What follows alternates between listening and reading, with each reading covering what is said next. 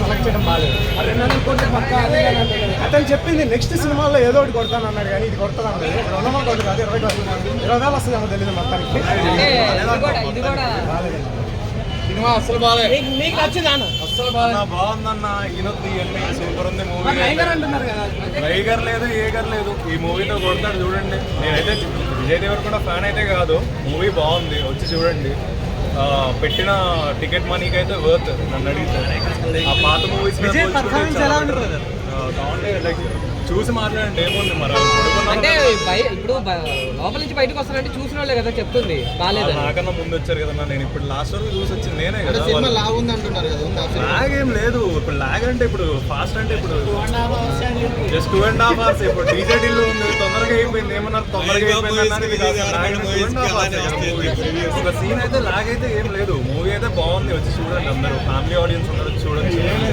Friends తో కూడా మంచి చిల్ అయ్యే స్టఫ్ ఉంది. సో మ్యాట్నీకి వచ్చేయండి. మ్యాక్స్ మంచి అందరికి నచ్చే డైలాగ్ ఒకటి, ఐరనే వంచాలా ఏంటి అదే అంటున్నారు బయట కూడా.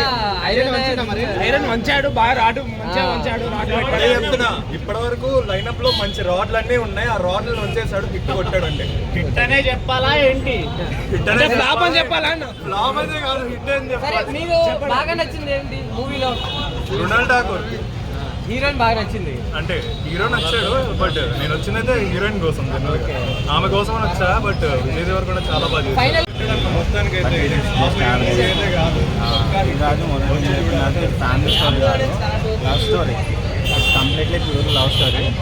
ఒక అమ్మాయి ఒక మిడిల్ క్లాస్ ఫ్యామిలీ గురించి స్టోరీ రాస్తే దాన్ని తను అపార్థం చేసుకుంటాడు.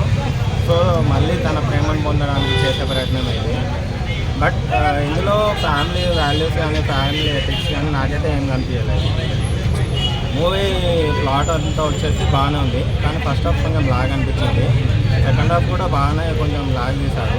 2.5 hours అనేది కొంచెం ఇంతకుముందు ఆ బ్రో చెప్పినట్టు థ్రిల్లర్ స్పేర్ ఏంటంటే కంప్లీట్ ఎంటర్టైన్మెంట్.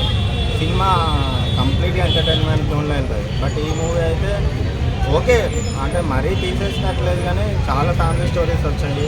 ఒక మిడిల్ క్లాస్ పర్సన్ ఎలా ఉన్నాడు, తన ఫ్యామిలీ కోసం ఎలా కష్టపడతాడు అనేది స్టోరీ బేస్ అయి ఉంటుంది.